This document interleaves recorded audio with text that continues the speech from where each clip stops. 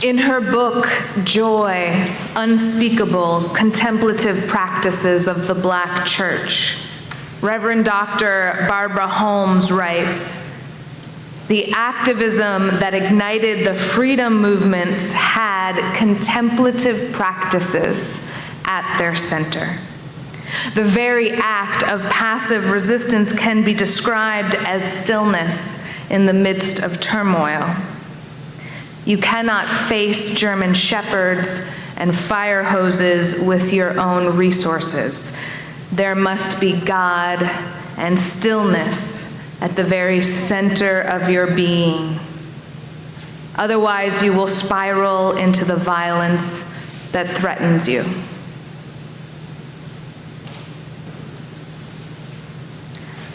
Contemplation and action are in a relationship of symbiosis with one another. They are neither opposed nor in competition. Contemplation grounds and directs our action, and action is the outward motion required by the depths of contemplation. In the midst of this busy election season, we need contemplation, spiritual practice, and silence, even more than in seasons of ease. As the Buddhist saying goes, you should meditate for 20 minutes a day, unless you are too busy, and then you should meditate for an hour. When we're in times of stress, when, say, we are facing the loss of a beloved 16 years serving associate minister, or when, say, we are in the midst of a busy election, or when, say, fascism is on the rise, or when, say, you're worried about the future of democracy and you care about trans people and queer people, when you care about bodily autonomy and healthcare and freedom, when, say, there's a war, when, say, there's 2, there's 3, there's 5, when there's ethnic cleansing, when the bad news brigade just keeps bringing more and more pigeons of threat and despair, you should meditate for an hour, maybe 2. Finding silence. Finding the silence that is deep within the spirit gives us strength. It grounds our spirits in the wholeness of all being so that we have the perseverance to face all of those threats squarely and still dip into a deep well of love. There is a deep well of love inside every human being, beneath the silence that lies within, a well that goes down into the depths of our individual being and then comes up outside into the collective consciousness of all being.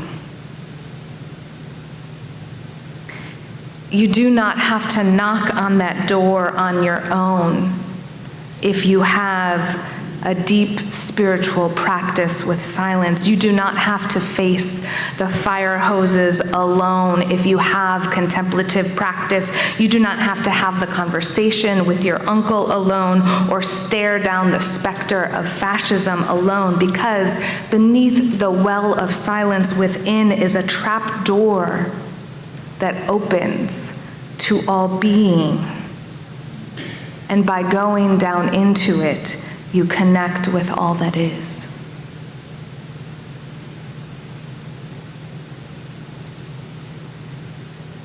In Louise Erdrich's coming-of-age novel, The Game of Silence, when the adults needed to talk about something serious in the Ojibwe tribe of the 1850s, or when they needed to lead a ceremony, they had the children play a game of silence, where the child who was able to stay silent the longest won a prize. The heroine of the story, 9-year-old Omakayas, usually managed to win the game of silence, but she had to work at it.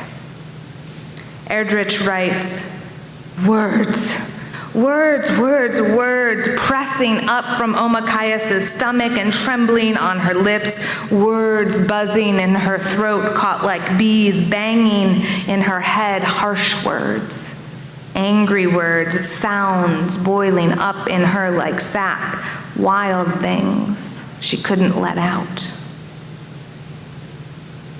Omakayas was young and yet had the gift of dreaming, of connecting with the larger spirit in ways that would help her people.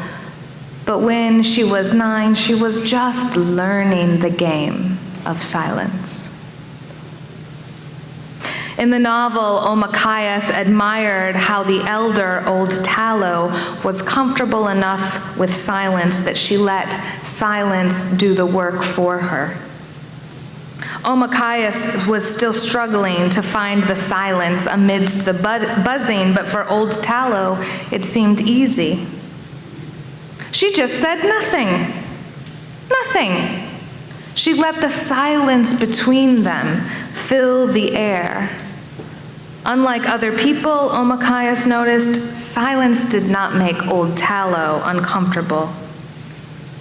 The warrior lady simply stood and smoked her pipe. The smoke drifted serenely in wavering fangs from each corner of her mouth. She was thinking. In this coming-of-age novel, silence is as much a character as words are. It is a series of coming-of-age books like Laura Ingalls Wilder's Little House on the Prairie, except this book mirrors that series of stories with its own tales about Omakayas growing up in the 1850s when her Ojibwe family and community had to leave their home on Lake Superior because of pioneers like Wilder and travel into the unknown. Silence was the game the children played as their family packed up and left their home, journeying to a new life in a place not of their choosing.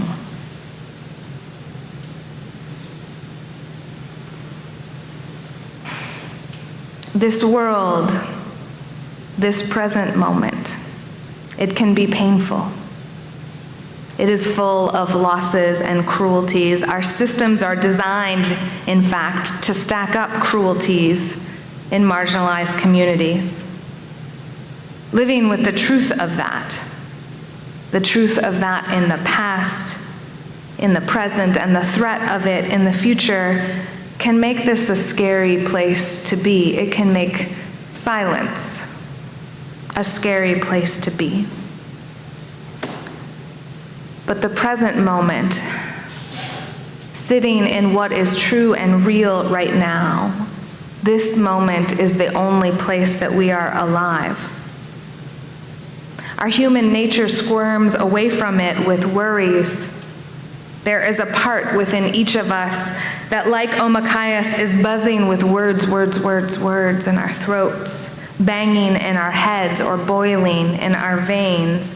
And to be present with all that buzzing and banging and yelling, to be present and just sit with it, takes practice. And maybe that practice starts young in the form of a game, or maybe it starts late with the call to the meditation cushion or the long walk outside.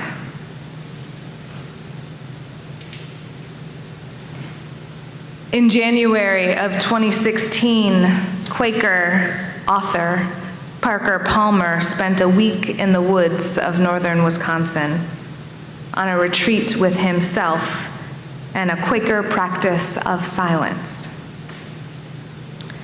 In Notes from a Week in the Woods, Parker writes, "Woke up at 2 a.m. and found myself regretting some things I got wrong over the past 77 years.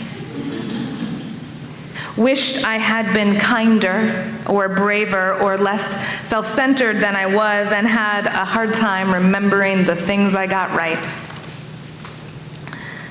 Knowing that the 2 a.m. mind is almost always deranged, I got up at 4 a.m., dressed, made some coffee, stood out in the dark and cold for a bit, and saw Venus glowing low in the southeast. The goddess of love. That helped." Throughout his week in the woods, Palmer goes back and forth between painful and pleasant thoughts, internal guests of rage or shame, as well as love or mercy. He strives to practice Mevlana Rumi's advice and welcome all those guests without prejudice or attachment. He finds solace in the work of Thomas Merton, who wrote, "I am thrown into contradiction. To realize it is mercy. To accept it is love. And to help others do the same is compassion." Part of the pain of silence, of being present now with all of the buzz in mind and heart, is having to deal with contradictions. Contradictions in ourselves, having to be with old pains and shames and worries for the future. In silence, everything that is unresolved in our hearts comes alive and shouts for our attention. Those contradictions that are in our hearts and lives shout, but the contradictions in the world sometimes shout as well. We have to live with the moments that we didn't live our values and face the times we didn't live up to our own expectations or others. And if we can face that, then sometimes the world comes rushing in and shouts about the long wrongs of land theft or white supremacy or genocide or fascism. It can get hot and troubled in the world of silence. Silence contains oceans though. It contains those contradictions as well as truth. It contains love and shame, loss and hope. But beneath all the eddies of the mind, behind the buzzing bees of thoughts and words, deep in the well of silence, beneath the well, lies the holy, opening up into the world of all that is. And there, the contradictions resolve themselves in wholeness, in the larger love that holds all that is, in the wisdom of each singular part realizing their connection to every single other part in an interconnected web of all being that is wrapped in compassion. It is this deeper knowing below the silence, that vibrating truth of inextricable interconnection that propels us back up, out of silence and into action renewed. Silence is not just for silence's sake. It renews us in the truth of all being so that we can once again align our actions with love and renewed strength to act in the world with love for all that is. Silence aligns our words with our actions, with our values, with the truth of the whole. We say the land acknowledgement here in worship, recognizing our lives are lived on land that the U.S. government stole from Native peoples, and then we pair that truth with material resources flowing to Native people struggling for land rights and actions to support those land rights. We also dip into the well of silence to listen to the land itself, to our interconnection with water and earth and spirit, and return again to the world to protect the water and earth and spirit. When we drop down beneath the worries and the words into silence, and then through the door, beneath the silence into all that is, we return with clarity and strength and perseverance to keep aligning our actions with the love at the ground of being, knowing that we are just one small part of the interdependent web, and our job is to just keep moving towards freedom and justice and mutual thriving for all beings.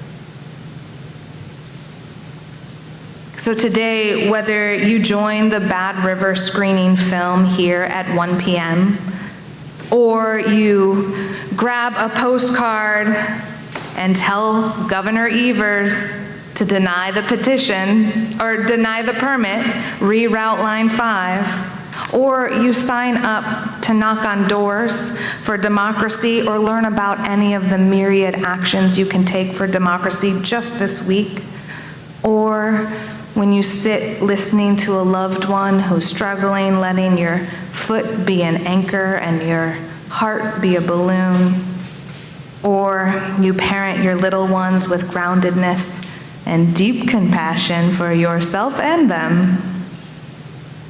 Today, let silence's power lead you to action aligned with love and truth. May it be so.